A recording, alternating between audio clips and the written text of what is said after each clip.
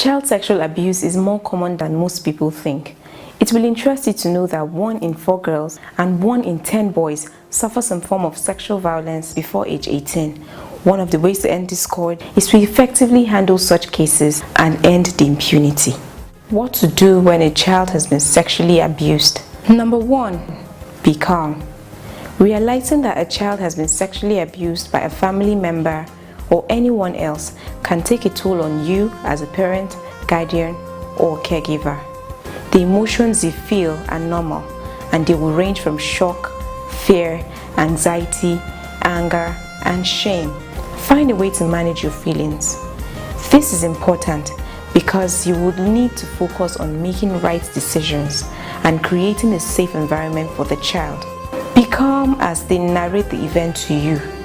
Do not push for every detail of the abuse if the child is not ready to tell you. Do not interrupt when they do, and ensure that you are visibly calm. 2. In their own words and on their own terms. Allow them to tell the story in their own words. Do not try to help them construct what happened. With patience, they will eventually be able to confide in you and share what happened. 3. Believe the child. Let the child know that you believe them and listen carefully to them. Acknowledge that the abuse was not their fault and assure them that they should not feel guilty about it. 4. Reassure the child. Assure the child that they are free from further harm and that they are not in any trouble. Reassure them of your love and let them know that they can always talk to you. Protect the child. You need to focus on creating a safe environment for the child. Reassure them that they are free from further harm. Immediately end the abuser's access to the child and report to law enforcement as soon as practicable. Sexual abuse can change a child's worldview, and parents tend to panic and encourage children to suppress and forget the abuse happened. This can be very harmful and likely affect a child psychologically in the future. We recommend that you immediately notify law enforcement.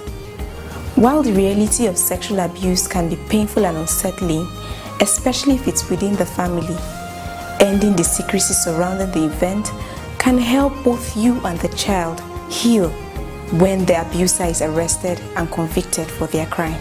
Get medical help.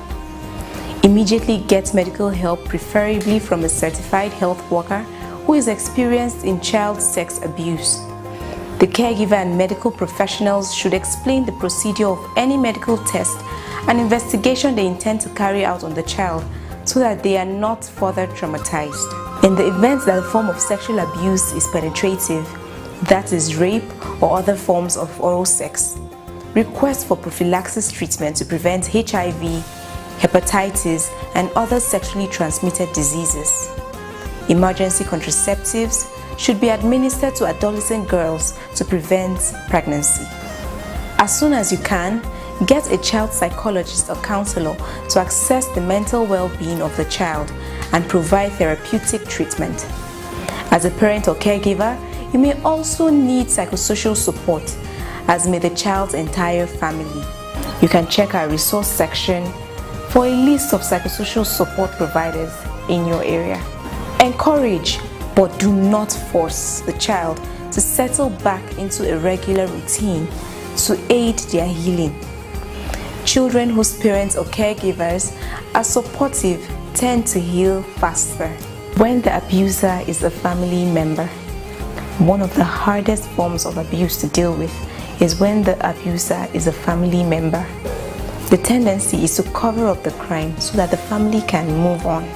The truth is that in such instances, the family does not move on. Trust is eroded for all time, and the mental health of the child and safety of other children is jeopardized. You must put the best interest of the child first and consider the well-being of other children who may get in contact with the abuser. Sexual abusers rarely ever perform the crime just once. They are usually serial abusers who need to be identified as such and prevented from ever perpetrating this kind of crime again. Please report to law enforcement as soon as you can and refuse to let the matter die till justice is obtained. Often, you will face the challenge of family members who are in denial that the abuse occurred and insist that the issue be dropped. Insults from family members who insist that you are dividing or shaming the family.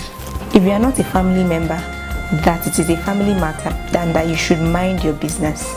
Sexual violation of children is a crime, and you need to act bravely in the best interest of the child. Take all of the steps listed earlier. In addition, enlist the assistance of the Department of Social Welfare in your state or an NGO that works in this area if you feel that you will be unable to bear under the pressure to drop the matter. If the abuser is a parent or caregiver with whom the child lives, the Department of Social Welfare or the NGO will work to obtain a child protection order and may remove the child from the abusive environment for their safety. Enlist the help of a psychologist or a counselor trained to handle such matters to provide psychosocial support to the family. If it occurred at school, insist that beyond firing the offender, the matter is reported to the police. A fired offender will simply find the next school on which to prey on children. Take all of the steps listed earlier. In addition, investigate to ensure that no other child has suffered abuse from the violator. In the event that they have, report the other incidences to law enforcement and ensure that the victims get medical and psychosocial support as well.